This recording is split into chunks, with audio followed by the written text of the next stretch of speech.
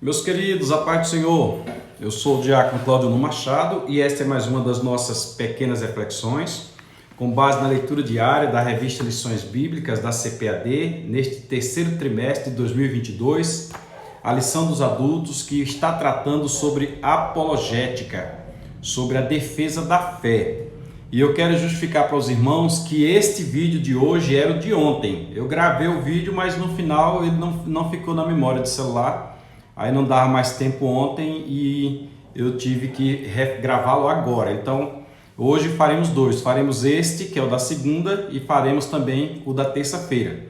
E você deve lembrar que nós temos aí, são 6 vídeos sobre as reflexões que tem base na leitura diária. Então, este é o primeiro, tem mais 5 e você deve acompanhar todos para entender a dinâmica da semana, certo? O trimestre está falando sobre apologética, sobre a defesa da fé.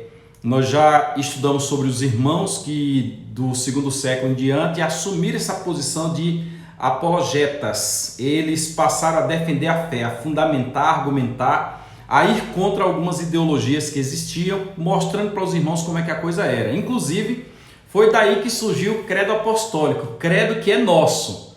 O credo apostólico não é da Igreja Católica, ele é nosso. Se você por acaso acha estranho, ele é nosso. Ele diz: creio em Deus Pai Todo-Poderoso, o Criador dos céus e da terra, e em Jesus Cristo, seu único Filho, nosso Senhor, que foi concebido pelo poder do Espírito Santo, nasceu da Virgem Maria, que padeceu sob Pôncio Pilatos, desceu à mansão dos mortos, ressuscitou ao terceiro dia, subiu, está sentado à destra de Deus Pai, subiu aos céus, está sentado à destra de Deus Pai, de onde há de vir para julgar os vivos e os mortos. E tem um restante. Então, este credo aí foi criado pelos nossos irmãos, justamente fazendo uma defesa da fé. Naquela época, quem não conseguisse falar este credo é porque não fazia parte da membresia, da irmandade, digamos assim falando. E o trimestre, neste sentido, ele vem falar sobre os ataques contra a Igreja de Cristo.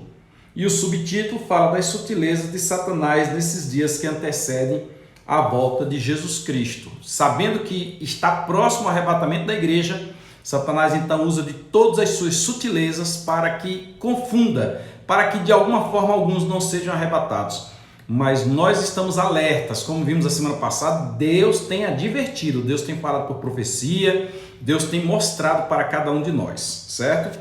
Aproveita aí, compartilhe, curta, comente, se inscreva no nosso canal, não fique alheio não, vamos abençoar, porque tem muita gente comentando comigo e mostrando o quanto essas pequenas reflexões têm influenciado sua vida, certo? A lição de número 1 tratou sobre as sutilezas de Satanás contra a Igreja de Cristo. A lição 2, ela vem falar sobre a sutileza da banalização da graça. Mas olha que coisa interessante, a graça está banalizada. O que é banar? Banar é deixar vil, é deixar simples, é deixar de pouco valor. É aquilo que todo mundo tem, é banal, todo mundo tem, entendeu? Aquilo que é barato demais é banal. Meu pastor disse que aquilo que tem valor não se anda oferecendo, aquilo que está por aí pelos cantos é banal. E nós estamos estudando isso, vamos estudar isso, a banalização da graça no próximo domingo, lição de número 2, preparada para 10 de julho de 2022.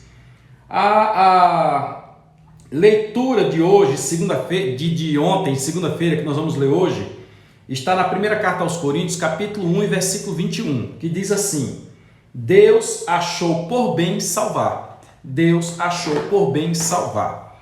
E no sentido de graça, aqui, antes de nós lermos o texto, nós vamos observar que a lição, ela terá alguns pontos. A lição terá especificamente 4 pontos.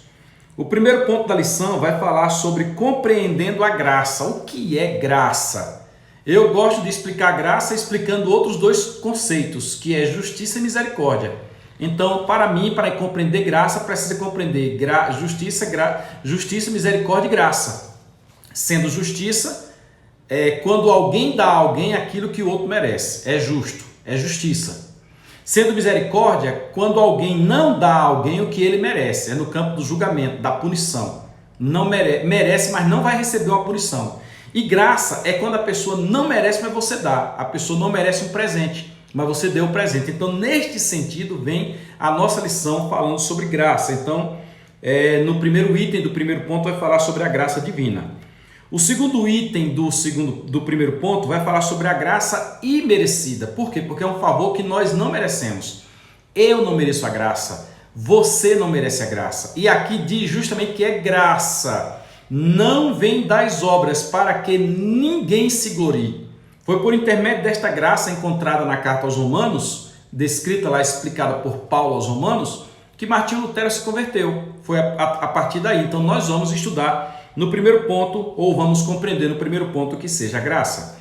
No segundo ponto da lição, fazendo aqui um retrospecto rápido, um resumo rápido para que os irmãos acompanhem durante a semana, nós temos a graça no contexto bíblico.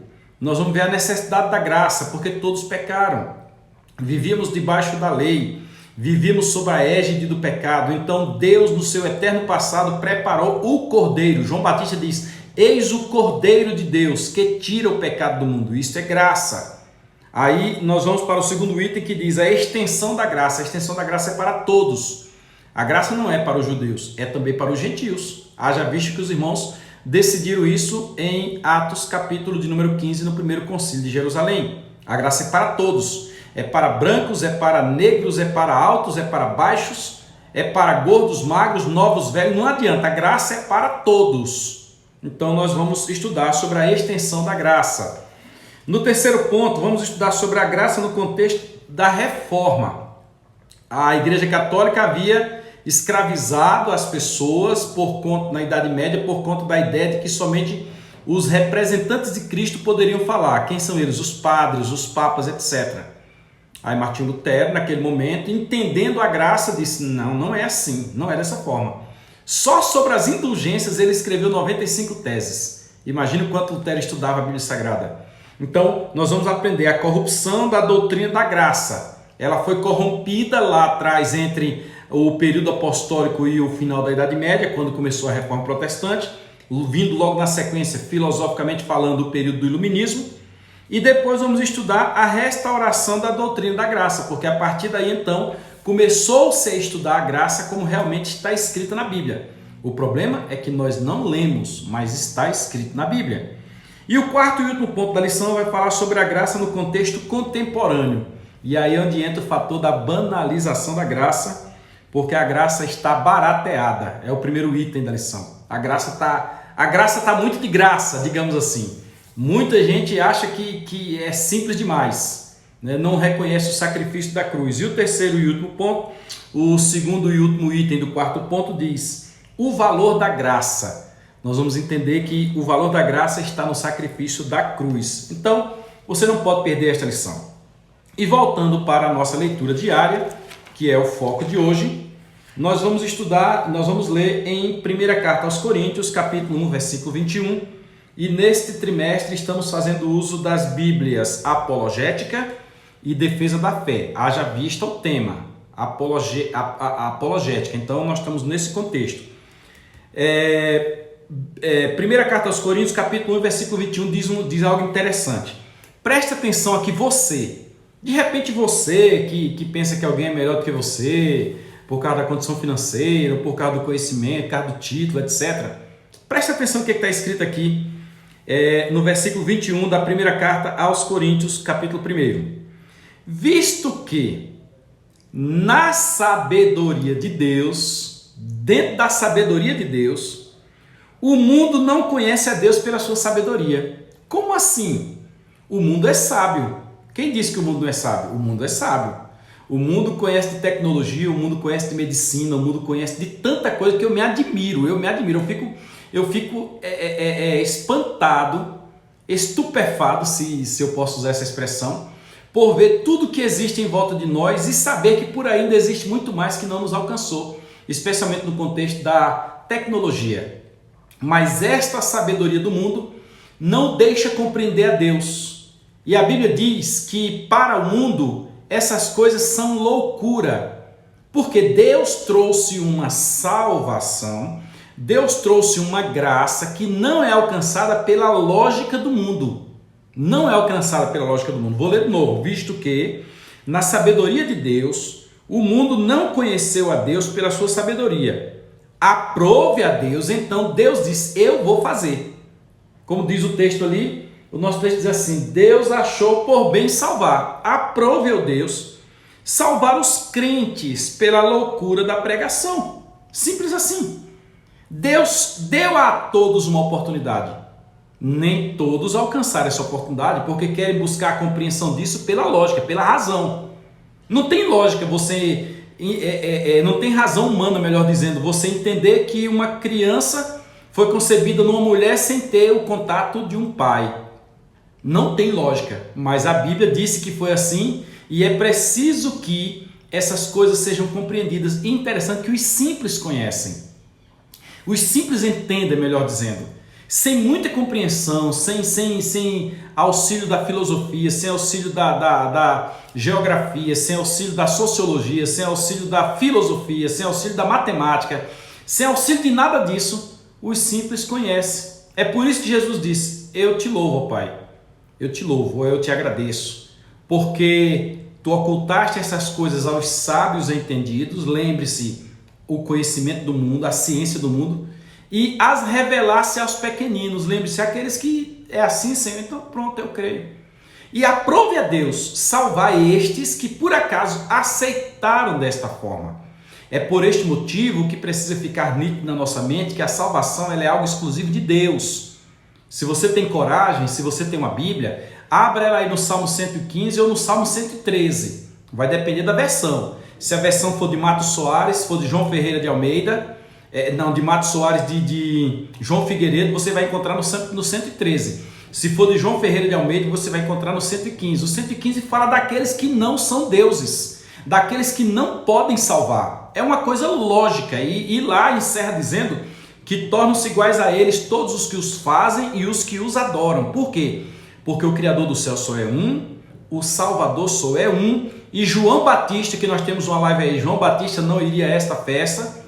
João Batista, que é o precursor de Jesus Cristo, primo de Jesus, filho do sacerdote Zacarias, o último dos profetas do Antigo Testamento, o enviado de Deus, disse justamente neste sentido, que ele, Jesus, é o Cordeiro de Deus.